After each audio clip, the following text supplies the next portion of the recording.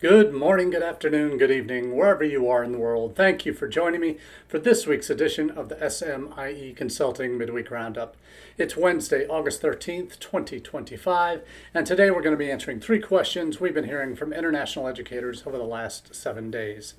And as we do each week here on the Roundup, we take the questions we ask here on Wednesday afternoon from our newsletter that comes out on Monday morning at about 8:30 to 9 a.m. Eastern Time. And that newsletter is called All the SMIE News Fit to Share. And it's a compilation of social media, AI, webinars, data reports, how social media is being used in international education, cover anything in the online ed tech space. In the first section, we have a U.S. roundup that talks about all the big news, executive orders, latest reports on data, on anything from challenges in the courts to new court cases, whatever it might be, that's covered in the U.S. roundup. Then importantly, a solution central where we give our hot takes on some either interesting articles or thoughts on ways we can change how we do what we do in international education here in the U.S. And then finally, we look at a global roundup of what's happening in other destinations around the world who are anxiously looking to expand their international student recruitment efforts. And each of these sections it's a quick 5-10 minute read max every week, gives you our hot takes on the issues of the day. And then here on Wednesday, we look at some of those themes that we've seen generated in those news stories each week, and we go next level deep with how those news stories, the questions we ask, how we might mold how we do what we do and how we recruit based on what's happening in the wider world. So the newsletter itself is available in two different formats. One is an email version that you can get in your inbox every Monday at 9 a.m. Eastern. You can subscribe to that on our website at smieconsulting.org/subscribe. Go down to the subscribe button and then you can subscribe after entering your details. If you prefer to get your international ed news via LinkedIn. There's a LinkedIn newsletter version, same content, just a half hour earlier. Every week you'll get that in your LinkedIn notifications coming out about 8:30. So those two links will be in the chat, and feel free to capture those and make sure that you're able to pass those along to your colleagues who might need it. Those newsletter content, I've heard folks share that they've passed it along to their staff every week for helping them get a better grip on what's going on in international education around the world and here in the U.S. So we appreciate those of you who share with your staff. And currently we have, between the two versions, over 2,600 subscribers who are getting our content each week in their inboxes. So thanks very much for making the newsletter part of your international education each week. So on to the questions of the day. First up is a question that has a lot to do with not just the country we're going to be talking about, but many countries, major sending countries to the United States around the world of these last 2 or 3 months. And that has to do a lot with the visa situation. And the question is, what are Indian students doing amid the visa chaos? And yes, it is chaos. That is... It's a topic that it's a sad topic that we have to be discussing. We've talked, obviously, many of our campuses, particularly who have significant graduate programs in STEM fields and business fields, have come to rely on India over the past few months, past few years, as a primary source of students for their programs. And even in times when China might have been under the cosh in terms of the initial, at least the impressions about that country as a sending country to the United States and the political ramifications of what was working, what wasn't working related to China, India was always a good bet. But something happened in the fall of 24. Visa approval rates collapsed. There were fewer appointments available. And particularly the visa rejection rate was most alarming, particularly to our folks on the ground. All of the key agent partners that we worked with were saying, hey, it's just been a bad summer. And that led to a downturn in interest in Indian students for the spring, and we've seen a knock-on effect this fall. We've also seen this fall the complicated factors that the Trump administration has laid at our feet, with everything from the SEVIS terminations earlier in the spring to current students, to the addition of social media vetting to the requirements for all in-person interviews and all applicants for non-immigrant student visa and non-immigrant visas in general, and particularly students. There's the confusion over what that meant. Even though the questions have been on the DS-160 since the first Trump administration, there was doubts about what do they have to do to be vetted. Do they just put their handles down, or do now the situation is they have to make all their profiles set to public, so that anyone could go onto Instagram or Facebook or Twitter or X, whatever it is, to search that person's handle to find out what they've said. And the fact that there's still some questions about whether that is being done on the spot or whether some of the vetting is being done beforehand. And if you're asking a consular officer to vet every student that they're meeting individually, that seems like a colossal waste of time. When there are tools to vet for keyword searches, and maybe not to the same extent that the foolish DHS folks did in March when they set about canceling or terminating SEVIS status for over 4,000 students based on the generative AI prompt engineering that said, hey, check this list of students on SEVIS and cross-check that with every law enforcement database in the United States to see who's had an interaction with law enforcement.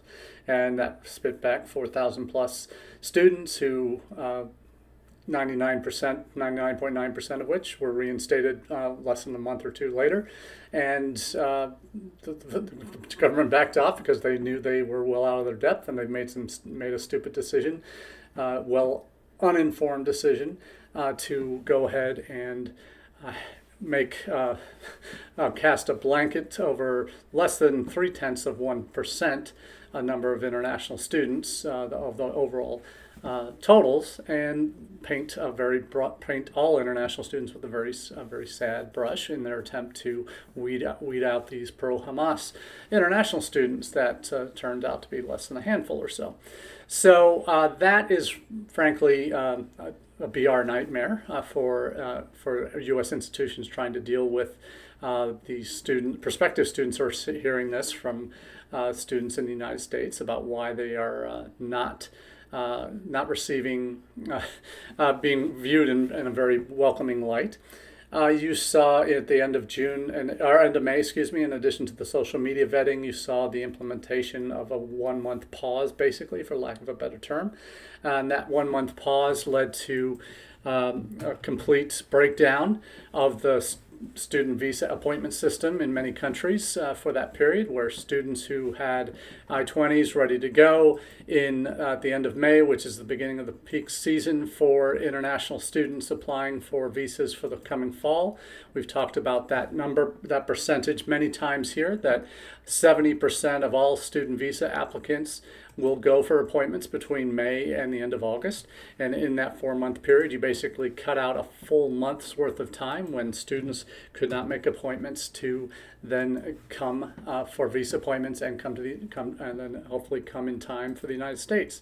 You have the additional problem in India, the largest country in the world, and until I think they still are, even though the bad SEVIS numbers that were reported last year certainly said otherwise, that India is still the #1 sending country to the United States.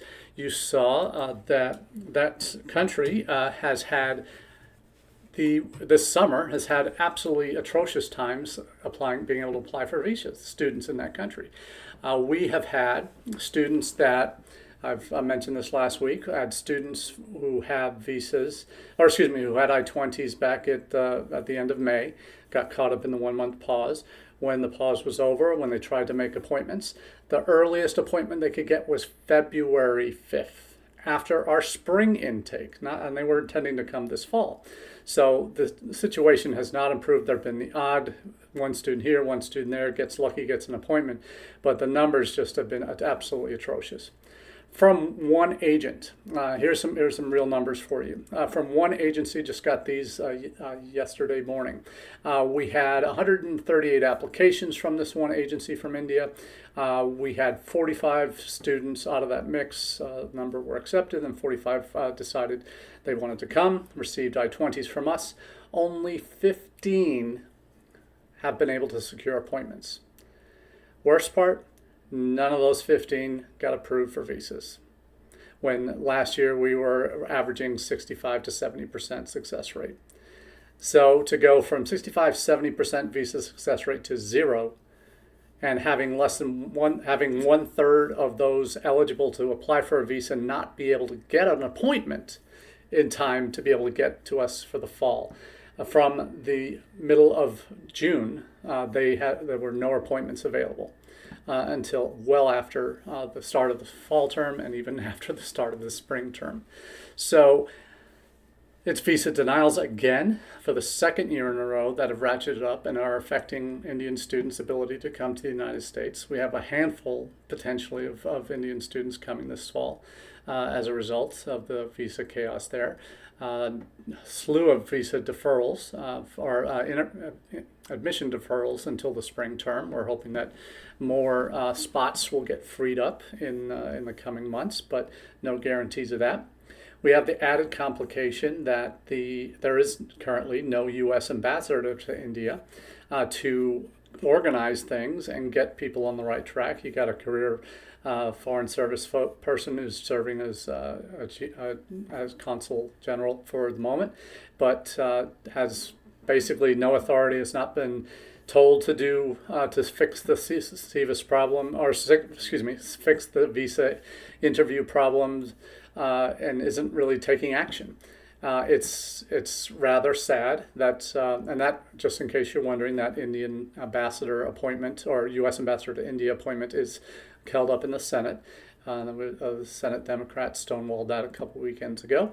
So that's a result of the largest country in the world, and we don't have a U.S. ambassador there yet because of Senate inability to act. So we have some real challenges with India right now. What the hope was, well, there's been such a delay now that all these students are going to want to defer to spring. Not all of them will. We see a last-minute shopping in Canada, which has traditionally been an India stronghold, but not in recent years because of the bad political juju going on between those two. You've seen the UK come back in a little bit with instant admissions, spot admissions kind of decisions in their summer rush to fill their classes. We don't have that ability in the U.S., and even if we wanted to admit them academically, there's no way they'll get their visas because our system is hamstrung by requiring the in-person interview. In U.S., UK does not, Australia does not, Canada does not, U.S. does. As a result, we are limited, extremely limited by manpower we have available in the consulates to do 100 interviews a day, or whatever the numbers that they are able to do each day during the summer months when the peak season is. And there are talks of foreign service cuts coming this fall, which will further exacerbate the problem of having manpower to do the physical interviews.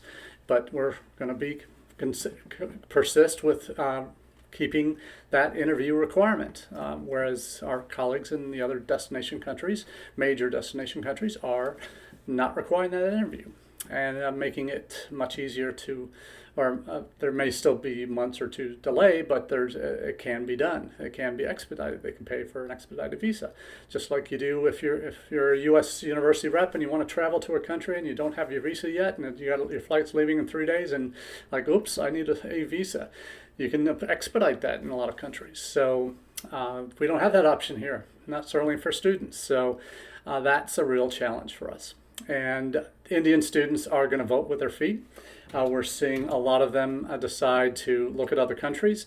But I will say, I've seen reports that we're not the only country that's seen a spike in visa denials in India. UK and Canada have also. So it's yet to be determined whether this fall will be everything as horrendous as it will be for us. We're anticipating most reports are saying between 30 and 40% down this fall in new international students. And just checking our numbers earlier this week when I was on campus, that's about what we're looking at, probably on the low side of 30% down from last fall. So the hit is real, and India is going to be our biggest single loss. We've had actually very good success in China, but in India, we're really going to suffer again this year. So what is happen? What are those students doing? We hope and pray. And a number of my colleagues are in India right now, doing various fairs with Education USA, with some of the bigger agent players in the country. I wish you all the very best, safe travels, and hopefully eat well and see many students and have some conversations that might give us some hope that things will improve, and that the sentiment and desire of these students to still study in the U.S. is there. But we can't take that for granted anymore. We have to fight for it, even in a place like India. So let's move on to our second question of the day, and that is, how are we in the U.S. fighting back against the chaos that's been wrought on us? And it's no overstatement to say chaos. I've been talking about this administration's chaos theory of governance since February, March, when every indication was that it looked like there was going to be, here comes a new policy, and then here come the SEVIS terminations, and here come, we've heard about these travel bans coming, and we hear all these other things about social media vetting, and we heard last Friday about late on Friday about the reintroduction of the policy that they didn't get across the line in the first Trump administration to end DS, duration of status for international students.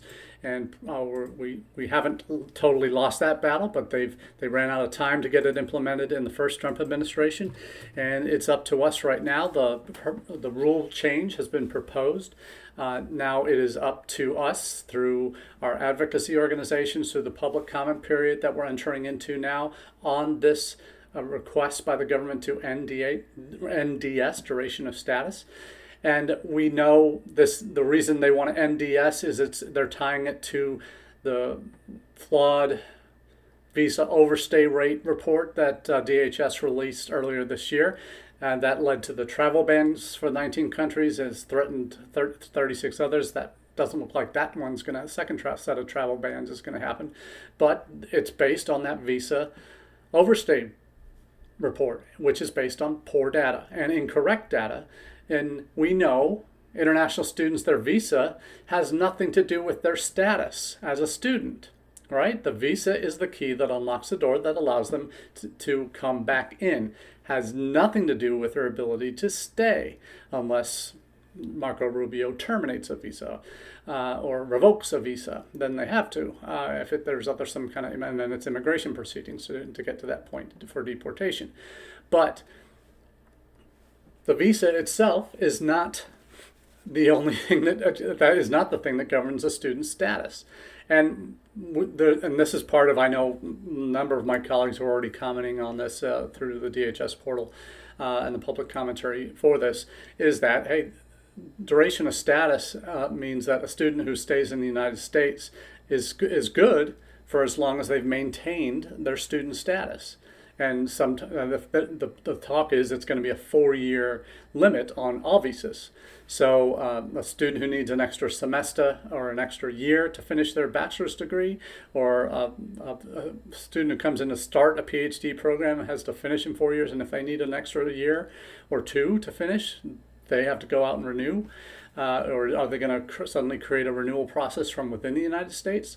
There are so many unanswered questions about this, and once again, an ill-conceived policy decision or proposed regulation. It's not official yet, officially the way, but it will complicate our lives incredibly. on the current international student side, particularly in the ISSS offices, and it becomes one other factor that makes us less welcoming, where in the past a student could come in to start high school at a boarding school and finish 4 years of a high school diploma, come and stay in the U.S. to transfer to a bachelor's degree program. Then say they get into a STEM field. After that bachelor's degree program, they could work 3 years. Then start a master's degree. Then if it's another STEM program, they could work another 3 years. Then start a doctoral program and work another 3 years. And they could be in the country legally for well over a decade. Coming on 20 years if they play right. And that's all within the DS policy of allowing them to legally stay in the country as long as they maintain their student status. And remembering OPT is a part of, and STEM OPT are part of that status. So how are we fighting back against this chaos? And we talk about that in a number of different ways. And there are 3 articles I'll share today. First is from NBC News.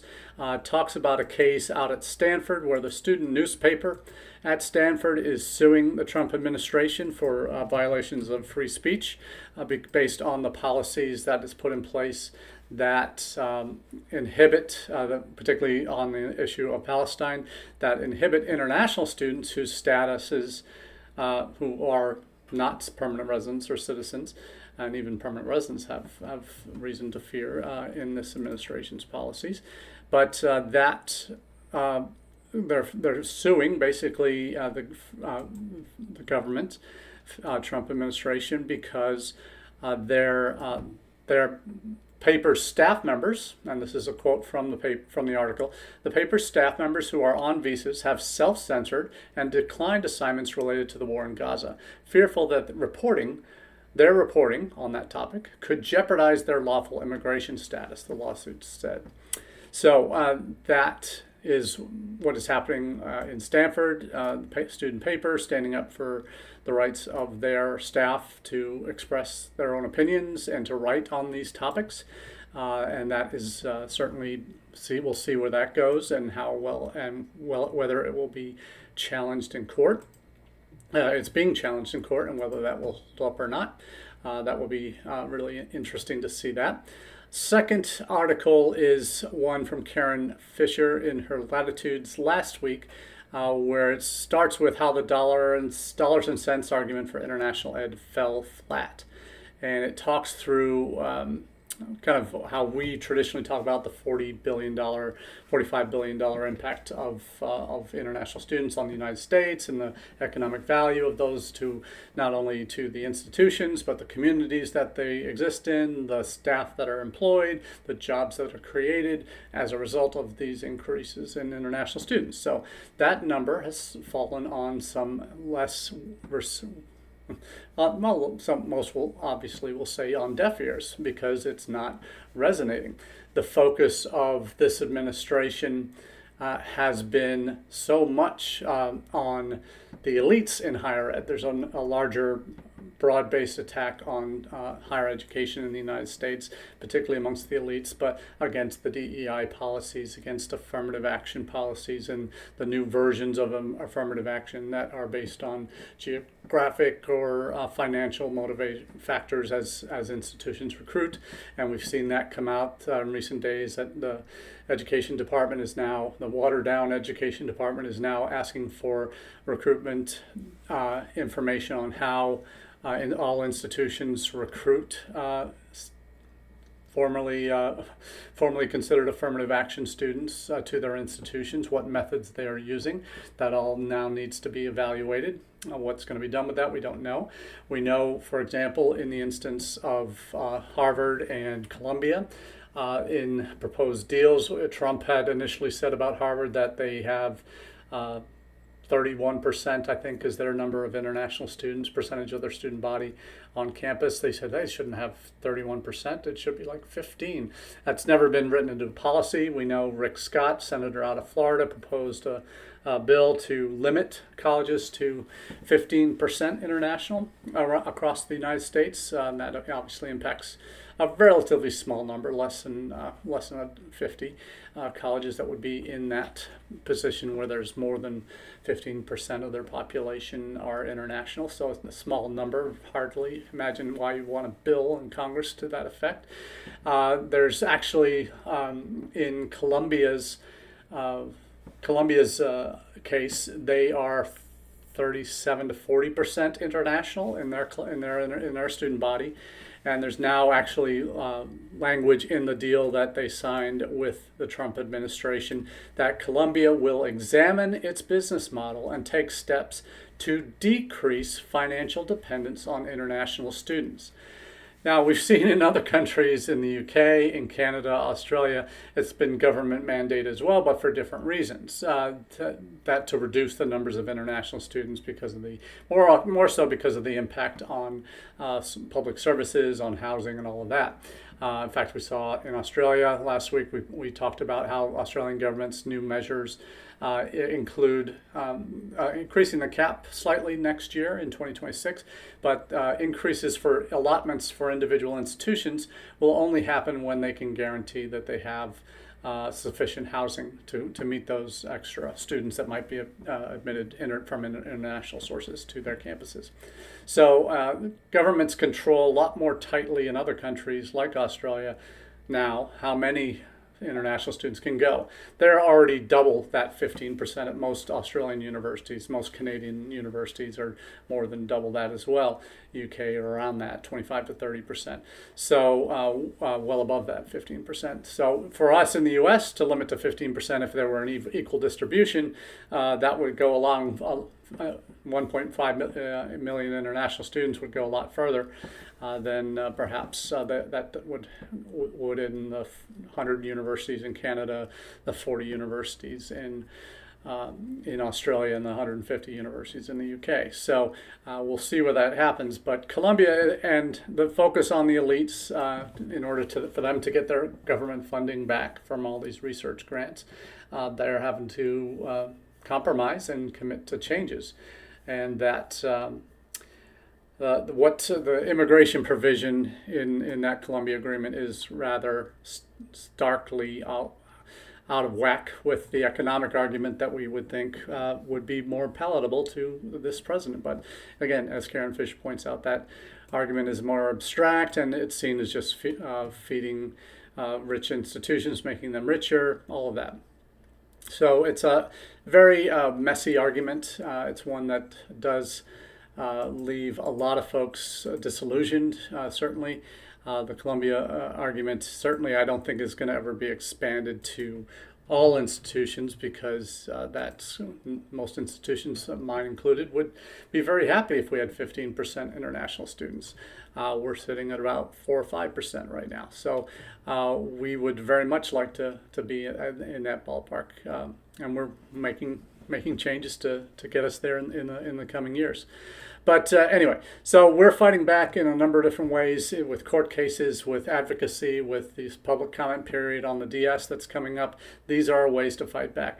There are colleagues of mine, and you know who you are out there, that are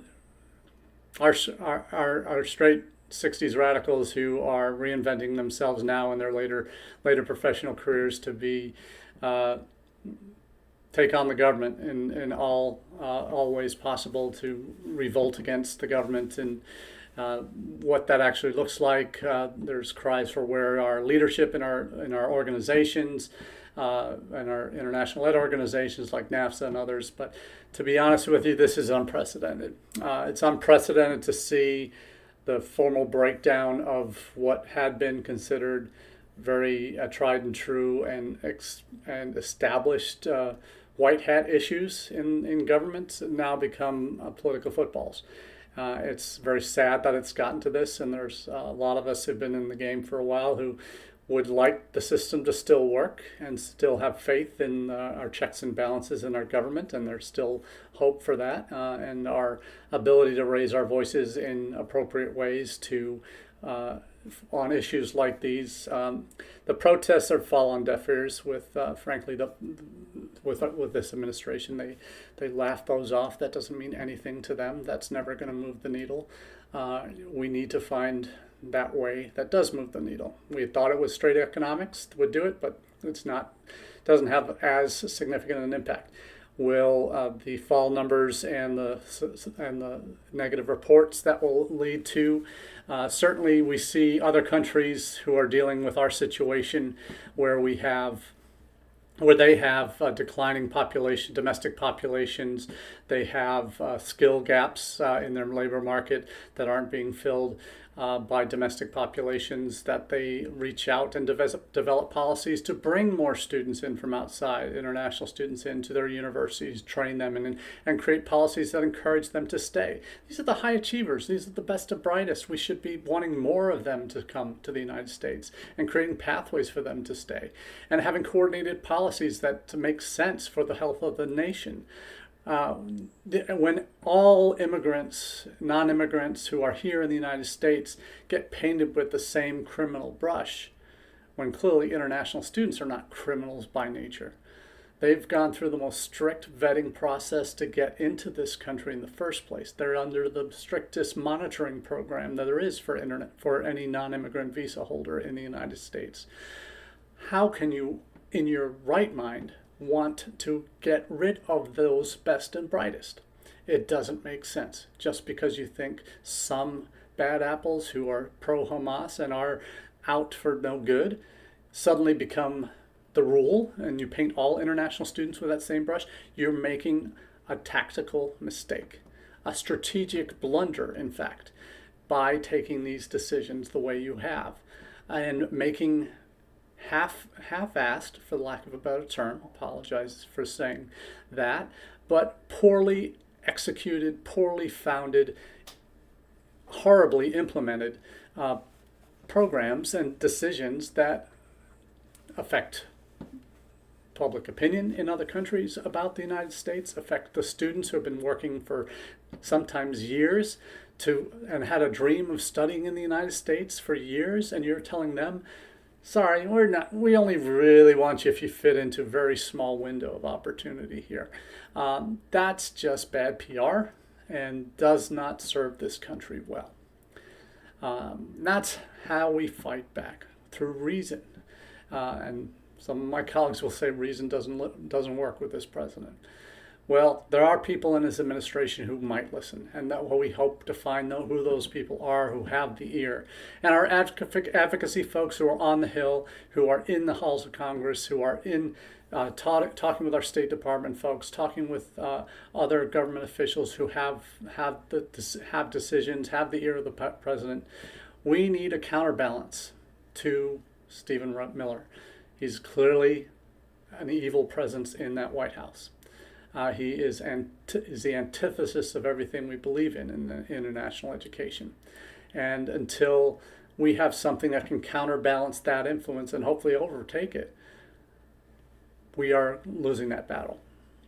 And that's where we are. And in terms of the last question of the day, is TNE a luxury or a necessity for U.S. colleges? For those of you who aren't familiar, TNE, transnational education, we do talk about that, certainly in the newsletter almost weekly. And here on the Roundup, occasionally we mention the value of TNE and how well other countries, particularly the UK and Australia, have been doing TNE for years. We know for a fact the last 2 years the UK has granted more degrees to international students taking courses outside of the UK than they have inside the UK through their transnational efforts. Transnational education efforts can be one of three different models. One where a university builds their own campus somewhere in another country, delivers their degree experiences in person. Another version is to have centers where all of that students can take courses via online in cohorts. And then you have third models that are where you work with a partner institution. You set up an agreement with a partner like Liverpool, Jiaotong in China. We've seen other universities, we've seen partners in the UAE, third-party organizations or universities that will invite universities in. We're seeing a growing trend in India with US campuses, Canadian campuses, only one US campus so far, but more coming. Number of Australian, number of UK, Canadian institutions are also looking at that in terms of setting up their own campus in designated areas of that country. Transnational education is a tool that we should all be exploring in the United States. We are doing so at the University of Akron. We're looking at, particularly starting with our most marketable program, our polymer science program, which is #1 in the world, looking at partner institutions in different countries that maybe don't have polymers but have complementary programs to it that we could help leverage for that institution to attract students to. Also serves as potentially for students that get admitted to those programs who maybe can't get visas or coming from Iran or some of the other 19 travel ban countries now, where they might be able to go there to this third country to get to start their program and even do it fully in person in that other country. That's something we're looking at developing in the next year or two. Already got some MOUs signed to start the balls rolling on a couple of those in two countries, and looking to add at least two more in the next year, where we can have a site in a third country that can, perhaps one in the Gulf, one in Southeast Asia, that can serve to deliver our programs in another country, where we're using an existing facility, existing partner that can hire the faculty to teach the classes, do the recruitment for that program. It also becomes a recruitment tool for them by offering a #1 program in the US in a particular field to students in the region. So these are things that we're looking to build, and that's necessary. We need to diversify. And that's just something we've talked about for decades, diversifying where our students come from. But we're turning into a new age where we need to diversify which countries we deliver our degrees in, diversify how and where we deliver our degrees. So that's all we have. The two folks' articles I'll drop in the chat. First, from my colleague Greg Holtz at University of Central Missouri had a great piece this past week, Rooted in Possibility, How On-Ramp Destinations Can Help U.S. Education Stay Strong. And a second one from my dear friend Balaji Krishnan at University of Memphis, who posits the question that you see on the screen: is TNE a luxury or a necessity for U.S. colleges? And I think all three of us would lean toward the necessity, particularly in this political climate, where students around the world who are not getting visas to come need to have other options. And next week I won't be doing a live from home. I'll be on campus. Next Wednesday is our international orientation for at the University of Akron, so I'll be on campus for that. Probably do a live from that, a shorter version of this, not as organized, but we'll certainly come to you live. But one of the things you'll see in the newsletter next week is an article from ASU, Arizona State, largest number of international students anywhere in the United States, and some of the alternatives. They're going to be down this fall too, but they're coming with options to the table because they do have a well-developed TNE network. So we'll talk, that'll be in the newsletter next week, so be on the lookout for that article. So that's all we have for you this week on the Roundup. Thanks again for being a part of the conversation. Looking forward to chatting with you in the weeks and months to come. Cheers.